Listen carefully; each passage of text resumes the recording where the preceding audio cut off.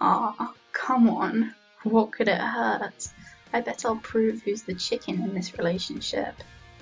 Ben blinked repeatedly at Jeff's remark, face flushing deep red. He sputtered.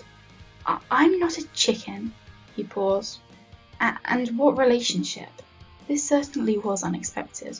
Jeff had just waltzed into Ben's bedroom without much warning, carrying in his hand a box of something edible and sweet from what Ben's sharp nose could tell. He had proposed for them to play a game called Pocky from what Jeff had said. The killer seemed eager enough for some reason, and Ben could have sworn he saw a hint of blush dusting Jeff's cheeks.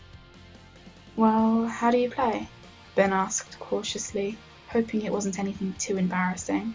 Jeff smiled, something completely out of character and even a little shonen eye for him, Ben thought. But he liked how happy Jeff looked when he did so. All you have to do is take a Pocky stick into your mouth like this. As he said it, Jeff pulled out a small wafer stick dipped in what smelled to be chocolate and put it between his lips.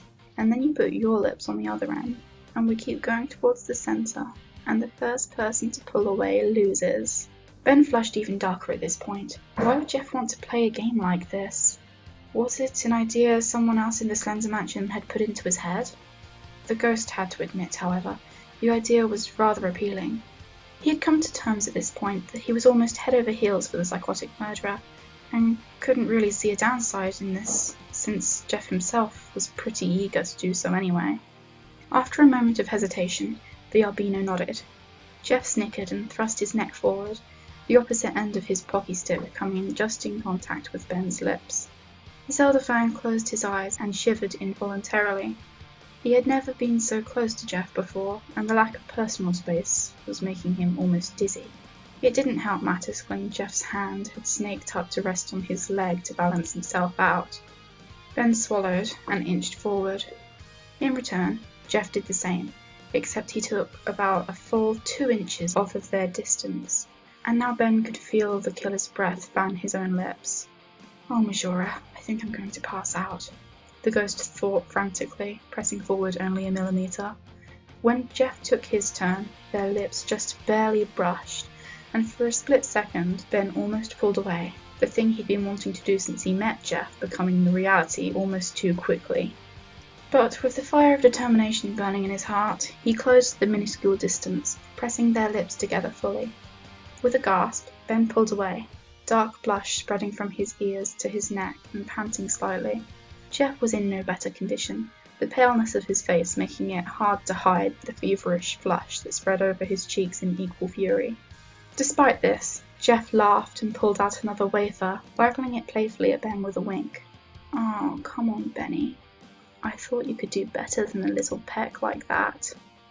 Half furious at being put through such embarrassment, and half needy from such a tease, Ben growled under his breath and knocked Jeff onto his back, crawling on top of him and pinning him down.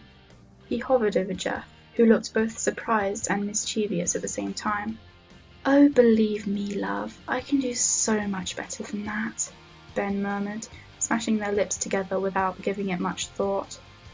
Jeff hummed into the kiss, wrapping his arms around Ben's waist and flipping them over before he got too far. The Link lookalike gasped, realizing that he was completely pinned under the unblinking gaze and Glasgow smile that he loved so much.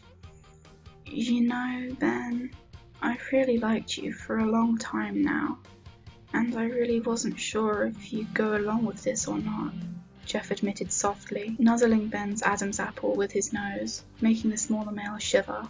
But if you're really okay with it, then I wanted to ask you if you, maybe wanted to, Ben giggled, enjoying the display of bashfulness the raven-haired male put on, leaning up and planting a tender kiss onto his burned red lips. Yeah, I'd love to, Jeff. The killer beamed, placing his fingers through Ben's soft white hair. Great. Now, a favor, please? Anything. Wake up. Ben opened his eyes, his face burning red. He noticed an extra weight in his bed, and turned his head, his sight meeting the form of the snoozing Jeff, his black eye mask laying haphazardly across his face. The smaller male blinked a few times, thinking back to his dream, An evil smile grew across his face as he leaned over and draped his legs on either side of the killer, straddling him, leaning down to where his lips barely brushed against the others. He planned to make his dream a reality.